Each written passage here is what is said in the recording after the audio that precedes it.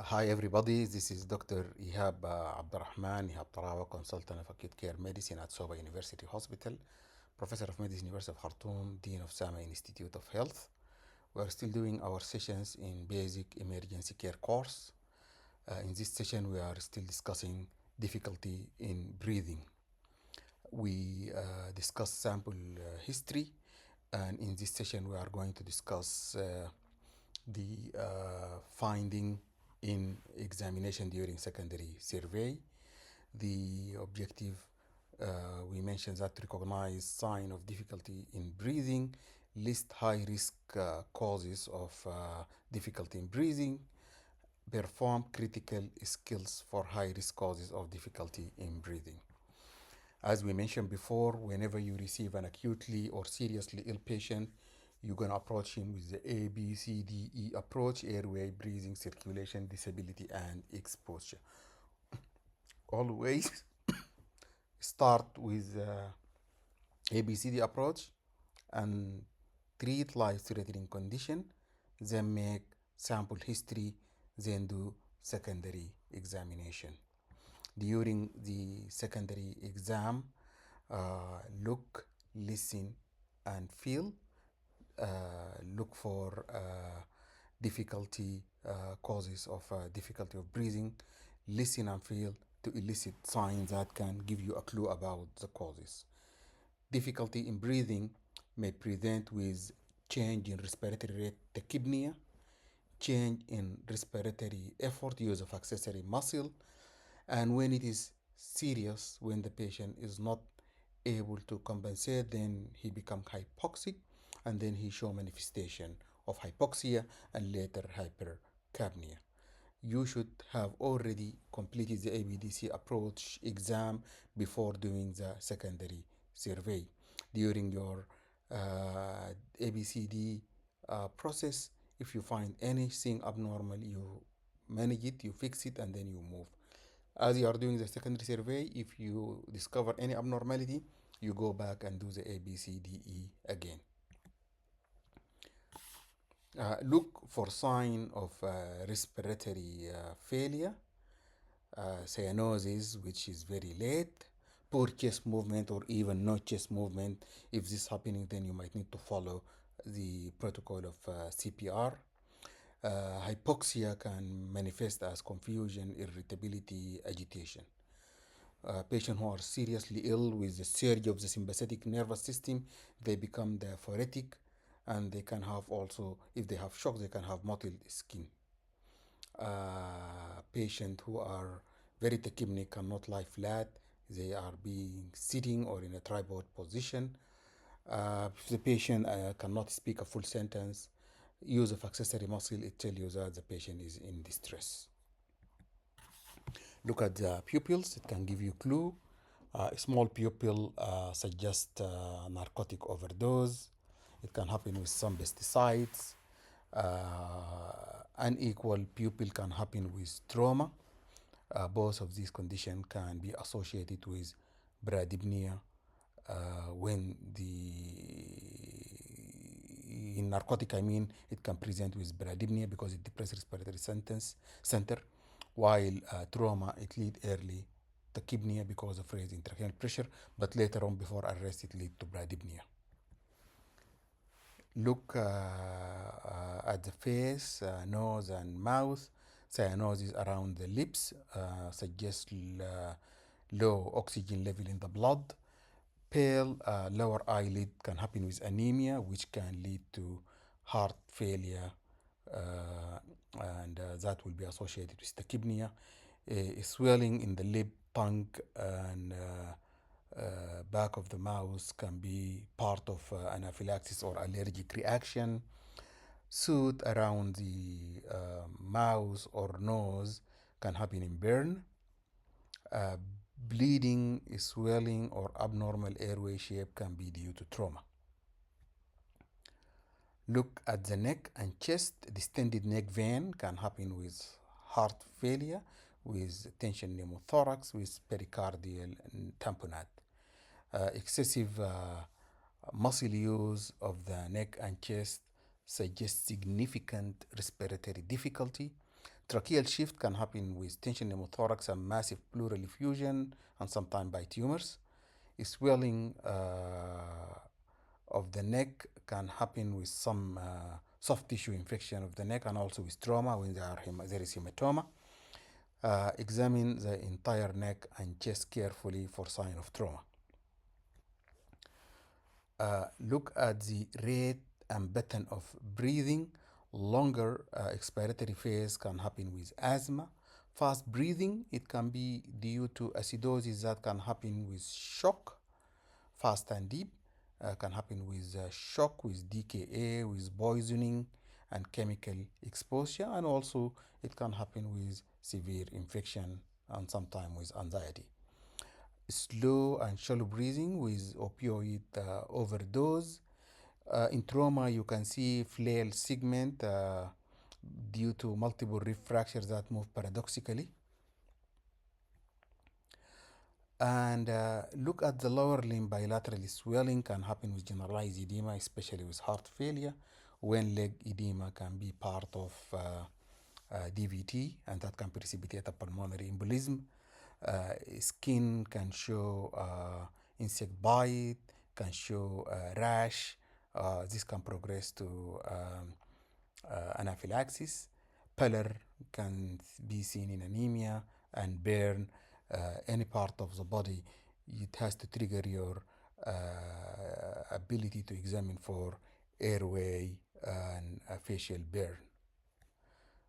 Listen for stridor. It happens with partial upper airway obstruction, could be due to foreign body, swelling, trauma, infection. Decreased breath sound in pneumothorax and hemothorax, presence of fluid, presence of foreign body, and infection inside the lung or tumor. Listen to breath sound. Wheezes can happen with asthma, with airway obstruction, with allergic reaction, tumor, and foreign body. Crackles can be a finding in pulmonary edema. Listen at the heart sounds. Valvular abnormality, you can hear a murmur, and that can lead to pulmonary edema. Gallop is part of the heart failure. Muffled distant heart sound, you can see that in pericardial effusion and tamponade. Feel the chest wall and rib deformity or abnormal movement can suggest rib fracture. Crepitus suggests underlying fracture and pneumothorax. Unequal chest expansion can happen in both hemothorax and pneumothorax and flail chest segment. Percuss, hyperresonant in pneumothorax and dull percussion node in pleural effusion. So by getting sample history, by doing examination, look, listen, and feel, then you can arrange the pieces of the puzzle and try to have a clue about possible causes. If the patient have a foreign body causing airway obstruction, partial obstruction, the patient is tachypnic, has difficulty in breathing. Sometimes you can have secretion visible in the mouth, and also you can see vomiting or foreign body.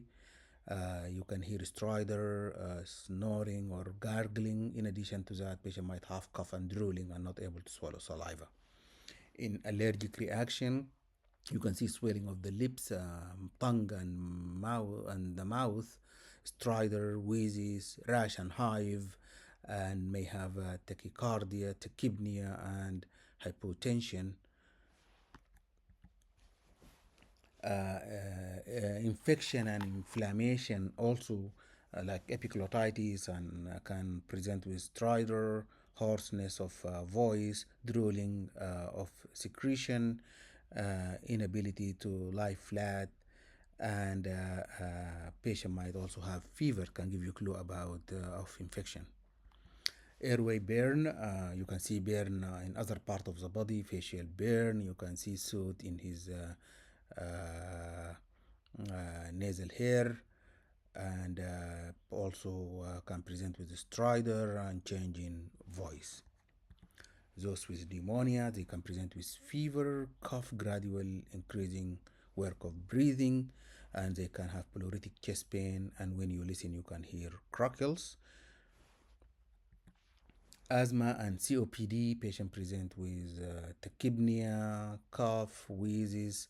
Sometimes they cannot lie flat, they will be in the tripod position, and they might have history of smoking or exposure to allergen. Pneumothorax, patient is tachypnic, tachycardic, and usually onset is sudden. They have decreased breath sound in one side and hyperresonant percussion note. And if it is tension pneumothorax, you can see engorgement of the neck vein, and also they might have pain in the chest. History of trauma and rib fracture can be elicited, and you can see hypotension. Patient with hemothorax can have history of trauma.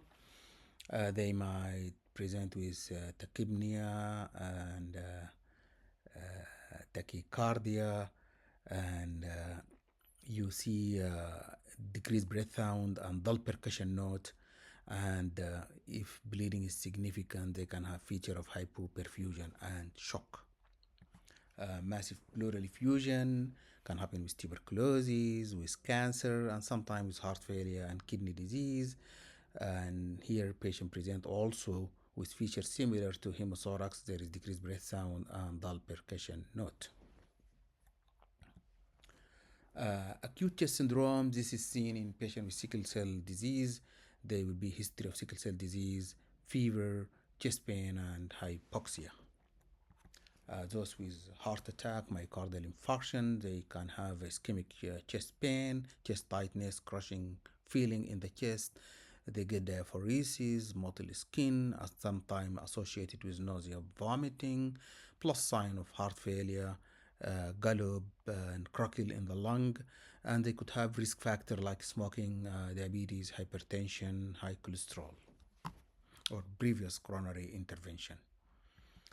Heart failure can lead to pulmonary edema, and patient could have valvular heart disease or hypertensive heart disease or cardiomyopathy. They present with difficulty in breathing, with exertion. They can have orthopnea. They can show leg swelling and distended neck vein and crackles in the lung.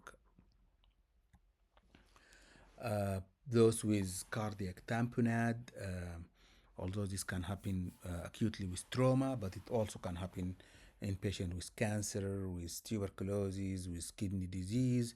They show a feature of shock and hypoperfusion, tachycardia, tachypnea, hypotension, pale skin called extremities, and capillary refill could be prolonged.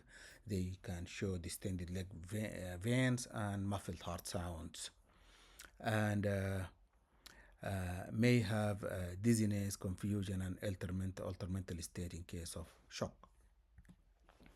Anemia can lead to pallor, tachycardia, tachypnea, and feature of heart failure. Those with opiate overdose, they can have altered mental state. They can have change in pupillary size, and they can have bradypnea, slow and sluggish breathing. Don't forget acidosis. It can happen with DKA, severe sepsis, severe kidney disease. Patient can present with rapid and deep breathing, what we call cosmal breathing. Diabetic can have polyuria, polydipsia, sweet smell of the urine, and high blood glucose, and feature of dehydration.